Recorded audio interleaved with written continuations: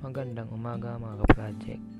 Bago nga pala tayo pumunta doon sa topic natin, i-unbox muna natin itong nabili nating gauge manifold sa online. Ito yung gagamitin natin para mag-charge tayo ng preyon sa ating sasakyan. Naisipan nga pala natin mag-DIY sa pag-ayos ng ating aircon sa sasakyan kasi 2 days pa lang after siyang ma-overall, nawala na agad yung lamig, at nang binalik natin siya dun sa pinagawan, sinisingil ulit tayo ng panibagong bayad ng 2,800 pesos. What? May knowledge naman tayo sa ref and aircon, kaya minabuti na lang na ako na lang ang gumawa.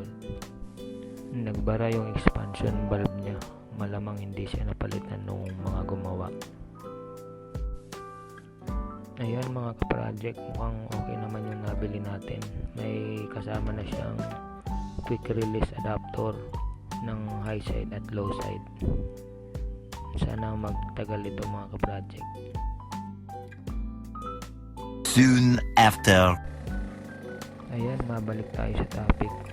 Dahil wala nga akong vacuum pump, naisipan kong yung aking compressor siya ang gawin kong vacuum pump.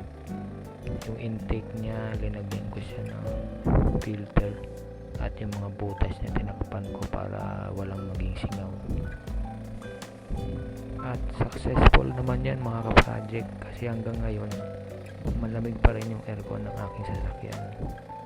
Ang video na ito kasi gawa pa na noong 1 taon, at hindi ko na rin napakita kung paano ko siya kinargahan ng preyon. Hanggang dito na lang mga project. Maraming salamat.